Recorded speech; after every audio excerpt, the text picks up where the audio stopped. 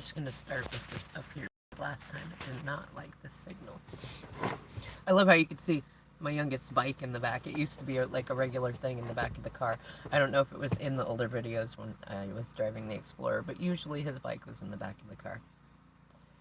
That's part of what kind of made me laugh with the parenting plan that their dad, my DM, had submitted, and saying I was never with them, or it was sporadic. That's what he tried to use on there. And it's funny because it's like, actually I have pictures and videos of like every day that I had him, taking him to the park multiple times a day, many times. Like, sporadic is not something that's in my list of parenting things. Like, as a person with ADHD, yes, it's definitely in there, but it's not in terms of the parenting thing. Anyways, I am enjoying today. It is a day of lots of opportunity, many roads opening up, and I'm really grateful to Spirit for it.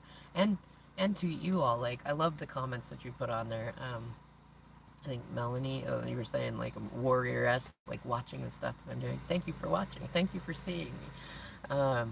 It's definitely, it's been one of those times where even when times get tough, you keep going. You know, what is it, that thing from the movie? Oh, it's a Christmas movie. Put one foot in front of the other, and soon you'll be walking across the floor. Put one foot in front of the other, and soon you'll be walking out the door. Right? In any case, I just got done doing. I did not finish the job yet. There's a gal that I've been enjoying working for. It's been interesting. Like, I don't know her too well, which is fine. And like, I'm really enjoying that people out here have better boundaries. Like, they don't just immediately spew all of their life story onto you. And I reciprocate that. And I started out trying out as a working. She has 10 horses. She has a breeding farm, and there's a little cottage there, and I started out trying out for that, but I was not ready for that one yet. I didn't have enough experience to be able to do it, and they don't have, like, it's not highly supervised, so it would definitely need to be a position that I'd need to have had more experience. But she's had odd jobs and things, and it's funny because, like, I know what I look like in sense of, like, even though, you know, I had family for generations that was involved in farms, I was not personally involved in farms. I did, thankfully, have a number of farm-type experiences growing up because of the way that my family was. However, I would effectively, to anyone in the country, be a city girl. And the interesting thing is like, I know she wanted to try me out on odd jobs, but the guy that she had there before me, she also did that with him, and he, like, she's still trying to find all her tools. I just found out that, like, her property is approximately 140 acres. It's one of the oldest properties in Arlington, and I loved everything about that, right? And what's funny is, like, my DM kept, like, I was looking at, like, somewhere between 2 and 10 acres. That was my goal for, like, a property to find for us, for our homestead and stuff like that. But he always called it he started calling it my 100-acre woods over his time with the karmic. And it's very funny because it's fitting. It's very Winnie the Pooh, right? Very whimsical. And my land likely would be very whimsical. But I wasn't, like, I mean, I'm happy to accept 100 acres. It's just not one of those, like, I have to have 100 acres. But it's really, it's in alignment with my heart that I am doing jobs on land where there is more than 100 acres. And there are so many different synchronicities aligned with that I'm just like, awesome. And 140 acres, you got the number 14 in there. Alchemy, temperance, patience, you know, beautiful stuff in there. Harmony, right? Music even. And what I really like is that, like, I may not have a lot of experience with horses in terms of what she needs there, but I have a lot of experience with a lot of other things. I've actually done erosion control before, so, like, cleaning out this ditch, not a problem. I've dealt with every manner of flora that you can imagine, like cutting back blackberries and ferns and all sorts of things, especially for my parents' property in Lake Stevens. I know how to use all sorts of different kinds of power tools because I've done all sorts of construction and various different jobs, and it's really paying off right now. Like, so many people gave me crap for being all over the place in the things that I did, but you know what? It's really paying off right now. And I'm really enjoying, like, I realized today when I was clearing the ditch, like I got it almost completely flowing down to where there's a pond, but I realized that because it's in a mountainous area and it's like a lot of foothills, that it's got to go somewhere. It can't just like build over because the roads will erode. They're not paved roads, you know. They put gravel on them some many decades ago, and so it has to be maintained. And I realized two things. One, I am a part of what is ensuring that the waterfalls are flowing. Like literally, like, you know, there's the part that I start at the top at, it flows down, and then where it pools in, there's a waterfall above it and a waterfall below it. And I'm gonna get some taller boots, because I'm gonna go in and clear out all the debris from all the trees that are in there. And I was just talking to her about there's a really old tree that it looks like it's at the end of its days, and it's also hanging precariously off the edge of a, like, it didn't used to be a cliff, but you can tell all the sand beneath it, like the water has just eroded it. And it's like I could probably yank that thing down with a good pickup truck, you know what I mean? Like it'll probably come down in a storm at some point. And who would be cleaning it up anyways? Probably me. So why not take the opportunity to be like, hey, I can do that job. Would you like me to do that? And I've been like looking at it like it's one of those, if I can't yank it down with a truck or a tractor, I'm going to need to get some ropes and get up there and do that. But guess what? Because I used to do residential painting, I know how to rig a rope so that I can safely be up there and cut it down. And I like that provides marketability for me, right? I have lots of value, especially because, like, I know that she's been saying on her property there are many properties. We're gonna do some dump runs tomorrow. There are many spots with houses and different things like that, and I'm hoping that that might equal like getting us into a new place soon. And I mean, from what I know of her so far and of the property and the beautiful land, like, I mean, if she'd be willing to work a deal with me to like rent to own something or work it off, like I'd spend the rest of my days doing it. You know what I mean? I have no problem with that sort of arrangement. And my boys really like it. My youngest Joey's gonna come with me tomorrow to do the dump run so she can meet him and he can see the land, and we're gonna drive all over it and see all sorts of stuff because she says there's like stuff for dumping like all over the place. So we're gonna do that. We're gonna do some dump runs, which we have a lot of experience with too, because me and their dad, my dam, used to do a lot of dump runs. It was a lot. In fact, it was a lot more affordable to do regular dump runs than it was to go through the city garbage. And we were in the city of Seattle, so I want to say enough said in that one. But plenty of experience with that. And I already did a dump run for her too. She wasn't sure if I could drive a diesel truck or do a dump run on my own, which included dumping a couch. And I went and did it, and I did it fast. And she was like, "How did you get the couch out by yourself?" And I laughed and I said, "Well, I could have gotten it out by myself. I'm quite strong." Though actually, an older lady offered to help me, so I didn't have to. And she's like, "Oh, well, that's great," you know. And I love it. She, like, I went and bought my own shovel. I have, you can see the tip of it here, Hank the shovel. I think I put a thing in the community thing. And I love how excited people are that, one, I invest in my own tools. I am that serious about it. And two, new shovels. Like, there's just something great about a new shovel, right? In any case, like, I'm really excited for that. Like, no matter where it leads, like, if it's just more jobs, I'm happy for that. That makes sure that I can put food on the table, and that I can take my kids to do fun things, and that I can afford the various things that go along with life, right? And then on top of that, the equestrian center that I'm working at, which I like working there, though it is a bit of chaos.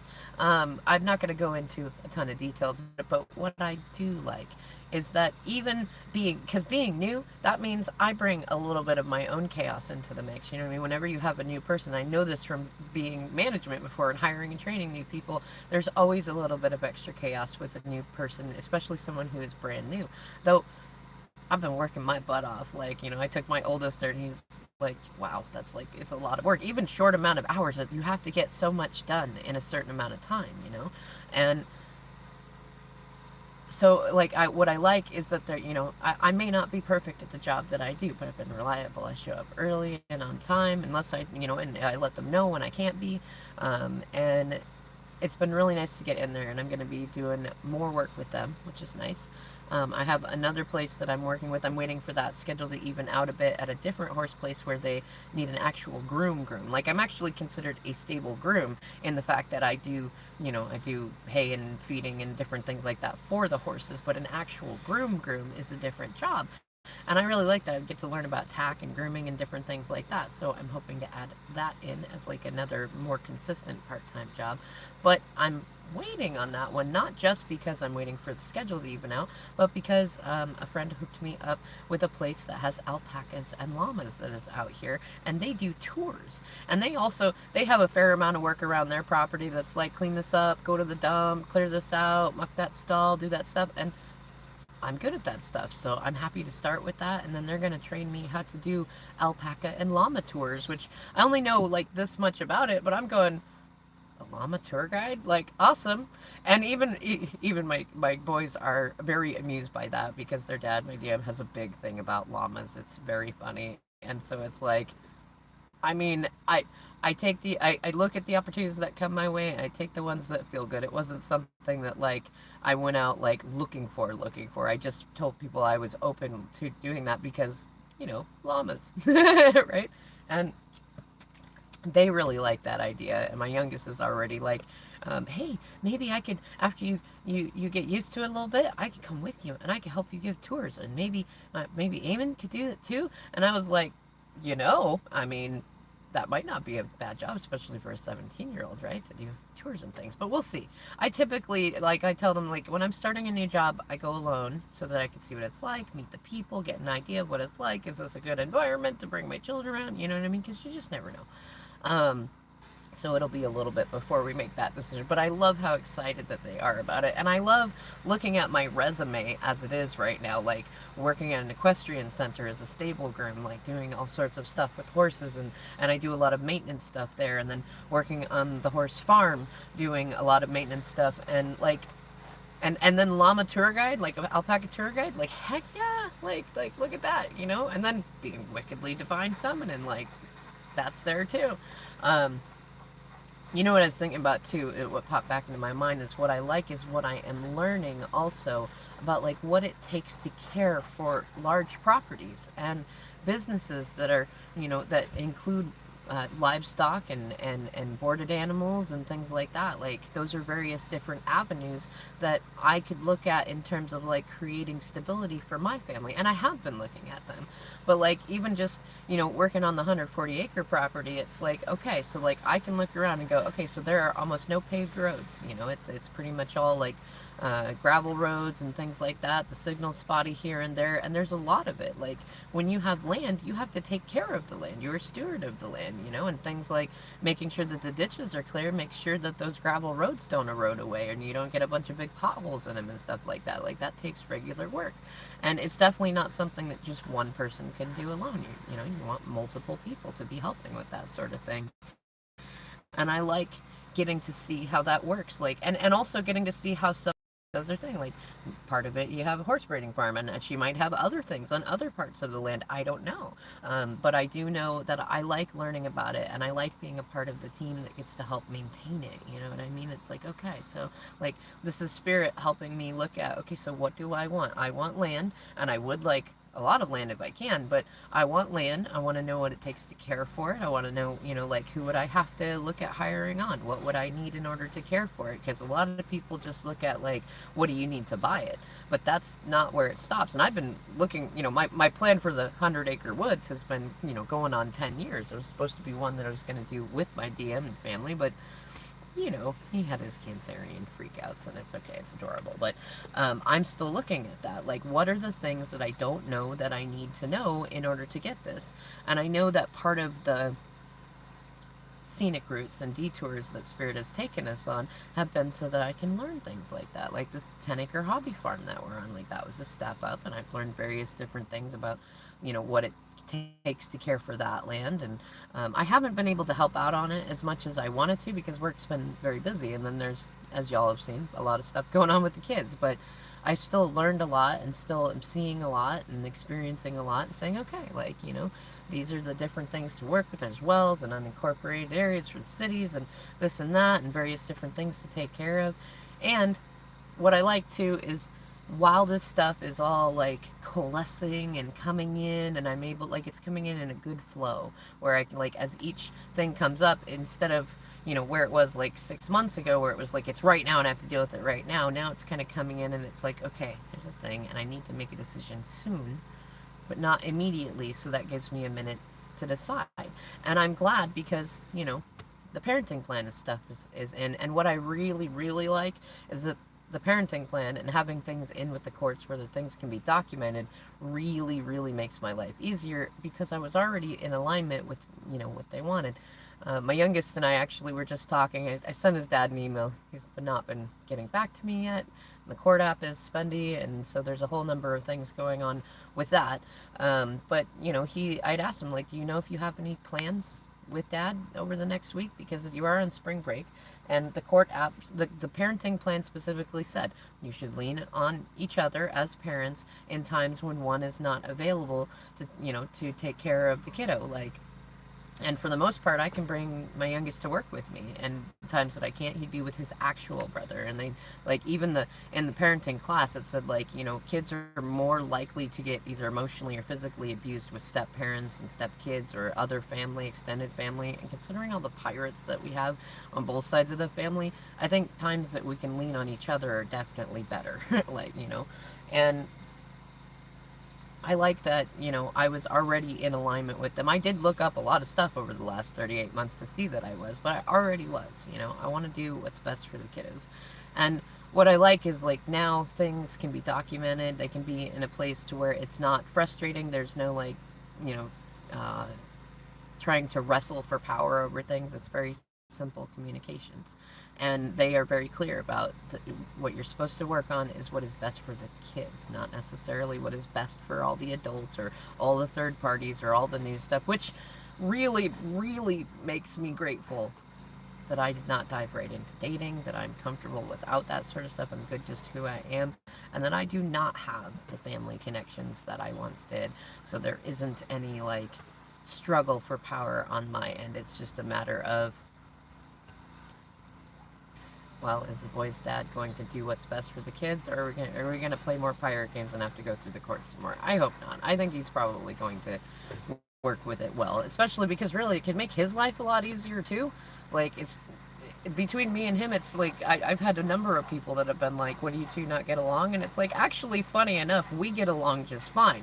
It's when there are third party influences in it, and that included on my side for a long time. Like, and now that on my end there aren't any, it's just on his end to deal with that. I have no responsibility towards what the other third parties have any, like, it's me and the kids. That is their dad. I will work with him. We will figure out a way to make it what's best for the boys. And if we have any challenges, mediation and courts and things like that. And I like that that makes things a lot easier, and that I can focus on just the kids and not be like, oh, but your emotions or that person's emotions or this and that, and be like, no, what's the best thing for the kiddos? Let's do that. And that feels really, really good. Like, to be able to be in alignment with that. Like, no more like, oh, my wife wants this, or my sister wants that, or this, or my parents want this and that. Like, no. We both signed on the paper that says there are no other adults or anyone on this earth that has any legal, access or hold over our children. It is just us. And in terms of, like, me on my end, it is just me. And I am really, really happy to have a very uncomplicated life in that way. And that's part of, when I was thinking about doing this vlog, is like, I am grateful to Spirit, to myself, to my kids, and to the people that have come and gone in my life that are here now, especially that, like, I was thinking about it, like, the amount of stuff in my life that would qualify as drama is now only, it's specifically only with the kid's dad. Like, that's it. I don't have other drama in my life. I don't. And I like it that way.